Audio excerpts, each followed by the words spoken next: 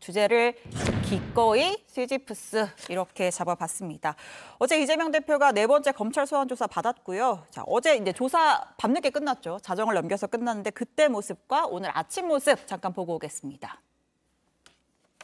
객관적인 사실에 의하면 전혀 문제될 수 없는 사안인데 목표를 정해놓고 사실과 사건을 꽤 맞춰간다는 생각을 버릴 수가 없었습니다. 지금 경제위기가 심각합니다. 이런 정치수사, 조작수사에 쏟을 에너지를 경제위기 극복, 또 민생회복에 쏟아주시기 바랍니다. 네, 오늘 아침에도 대여 공세 강화하는 발언 이어갔습니다. 흔들리지 않겠다 이런 걸 표현하는 건가요? 그렇습니다. 이제 어제 사실 그 중앙지검 앞에서의 메시지는 어쩌면 이제 대국민 메시지 같은 거라고 생각합니다. 나는 억울하다 이런 느낌이었고요. 네. 그래서 당당하게 맞서겠다, 나를 믿어주시라 이제 이런 거였기 때문에 대국민 메시지가 그렇게 나갔는데 만약에 수사 결과나 재판 결과가 그에 부합하지 않는 내용이 나온다면 정말 이제 이재명 대표의 정치적 그 비전은 굉장히 어두워지는 거잖아요. 그래서 지지자도 그렇고 당원도 그렇고 정말 우리 대표니까 신뢰하고 믿고 가자 이제 이런 마음인 거죠. 네. 그리고 검찰의 수사가 지금 2019년부터 시작이 됐는데 2년간 정말 탈탈 털지 않았습니까? 그런데도 지금 여전히 이 정도에 머물러 있는데 차고 넘치다는 증거는 다 어디 가고 앞으로도 지금 줄줄이 뭔가를 더 하겠다고 예고하고 있는 거잖아요. 그러니까 과연 야당 대표에게 이렇게 하는 것이 여당 관계자들이나 뭐 법조나 대통령 친인척은 다 내버려 두고 야당 인사만 이렇게 계속하는 것이 과연 검찰 수사의 과정이나 절차가 공정하다고 볼 수 있는 것인가 이런 것에 대한 어떤 격정 토로라고 생각을 하고요. 네. 그래서 앞으로도 흔들림 없이 가겠다는 그런 메시지를 오늘 아침에도 강하게 피력한 거다 이렇게 생각합니다. 어제 그 지지자들 앞에서 긴 입장을 발표하면서 본인은 시지프스에 비유를 했습니다. 그러니까 정권의 어떤 뭐 희생 제물이다, 정치 수사가 이루어지고 있다 이런 주장인데 이 시지프스라는 비유를 놓고서도 또 여야 공방이 한창 이어지고 있습니다. 또 들어보고 오시죠. 어떤 고난에도 굽힘없이 소명을 다할 것입니다. 기꺼이 시지프스가 될 것입니다. 이 대표는 알고 있습니까? 시지프스는 애초에 욕심이 많았고 속이기를 좋아했습니다. 결국 형벌을 받아갖고 끊임없이 올라가지만 내려오면서 또 희망을 만들어 가겠다 하는 그런 의지를 표현한 게 아닌가 생각합니다. 네. 시지프스 맞습니까? 네, 이재명 대표가 그 시지프스에 대한 인물에 대해서는 좀 연구가 부족했던 것 같아요. 저 왜 비유를 굳이 저렇게 들었는가?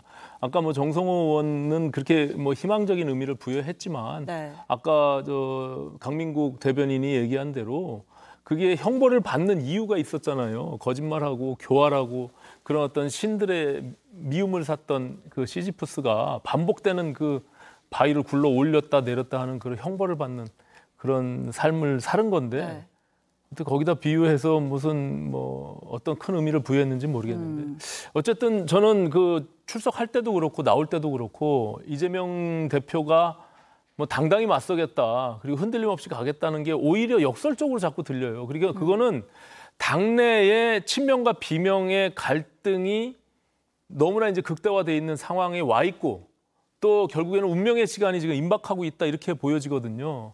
그것을 자꾸 이제 본인이 더 어떻게 보면 지지층에게 호소하고 여론에 호소하면서 그 흔들리는 모습들이 뭐 비춰지는 것이 아닌가 저는 이렇게 보고요.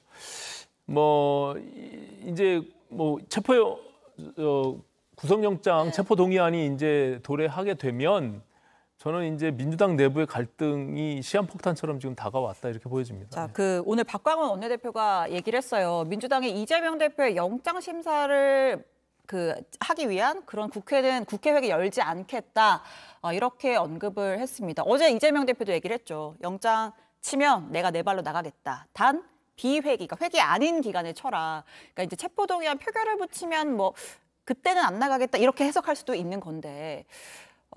지금 일단 임시국회 하고 있고 그러면 영장이 오면 회기 끊어가겠다 이런 취지 같은데 이재명 대표가 이제 앞서 불체포 특권 포기 선언도 했었고 그냥 회기 중에 넘어오면 의원들한테 가결시켜라 나가겠다라고 해도 되는 거 아닙니까? 그러니까 이제 비회기 중에 나가겠다 이제 네. 이렇게 선언해서 민주당에서는 이제 그 여야 그 일정 협상을 할 때 25일까지 종료를 하고 예. 임시국회를 그리고 26일부터 31일까지는 비회기로 두자. 그래서 그 사이에 검찰을 부를 테면 좀 빨리 불러달라. 이제 이런 취지로 협상을 하는데 잘 안 되는 것 같아요. 과거에 이제 서로 입장이 바뀌어버린 셈이죠. 네. 그래서 왜냐하면은 이제 회기 중에 그 체포영장이 날아오면 본회의에서 반드시 표결을 하게 되어 네. 있잖아요. 그리고 본회의 그 정기국회 동안에 이제 끊어갈 수도 없는 것이고 그런데 그때 아무리 이제 그 내가 나가겠다라고 얘기를 하더라도 의원들 생각이 다 개개인 다 다르잖아요. 그러니까 그때 결과가 또 어떤 식으로 나올지도 모르는 것이고 심지어 이제 그때 과거에 불체포 특권 그 표결할 때 체포영장 표결했을 때 아마 국민의힘에서 그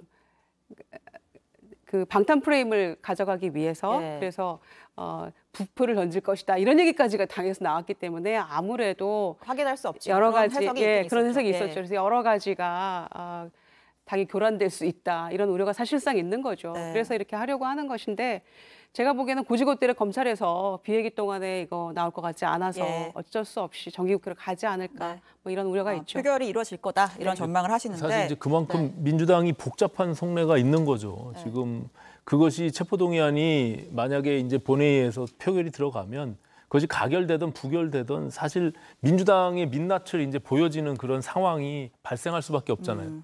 지난번에도 가까스로 이제 부결이 됐는데 이제 그런 상황에서 사실은 그것이 당내에 총선을 앞둔 그 친명과 비명 간의 갈등이 폭발하게 되는 그런 상황이 발생될까 봐 지금 복잡한 속내가 있는 겁니다. 네. 근데 뭐 그것을 검찰이 수사하는 입장에서 그런저런 사정들을 당내 사정들을 봐주면서 비회기에 체포동의안을 낼 건지 아니면 회기 중에 낼 건지 이렇게 고려할 것으로 보여지지는 않고요. 네. 검찰도 정확한 증거를 통해 가지고 본인들이 자신을 확보해야만 사실은 체포영장을 발부하는 것이기 때문에 그것도 한번 지켜봐야 될 문제다 이렇게 봅니다. 일단 뭐 대북 송금 건과 관련해서 병합한다는 얘기가 있어서 그럼 이제 그렇습니다. 9월 회기 중에 넘어올 가능성이 높고 자 오늘 그 고민정 최고위원이요 다음 총선까지 민주당 이재명 대표 체제로 간다 흔들림 없다 이런 얘기를 했어요. 듣고 이야기 짧게 하겠습니다. 이재명 대표와 함께 지도부를 구성하고 있는 사람이기 때문에 예. 이재명 대표가 아닌 다른 뭐 플랜 B를 제가 고민하고 있다는 건 앞뒤가 맞지 않는 거라고 생각합니다. 그럼 이재명 대표 체제로 총선까지 치른다는 것도 염두에 두고 계시는 당연히 저는 그 예. 각오로 하고 있는 것이고요. 네, 우리 오전 의원님의 경쟁자가 될 분위기도 한 고민정 의원의 발언이었는데 질문은 김 전 의원님께 하겠습니다. 총선까지 흔들림 없는 체제 가능합니까?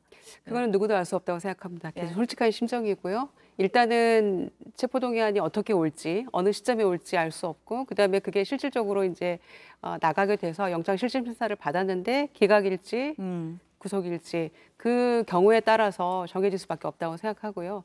그 이후에는 일단 상황이 도래하면 논의가 되겠지만 당헌당규대로 갈 수밖에 없다. 그런 네. 생각입니다. 알겠습니다. 자, 오전 의원님 왠지 하실 말씀이 있을 것 같지만 시간이 없어서 여기까지 듣도록 하겠습니다. 두 분 다음 주에 뵙겠습니다. 감사합니다.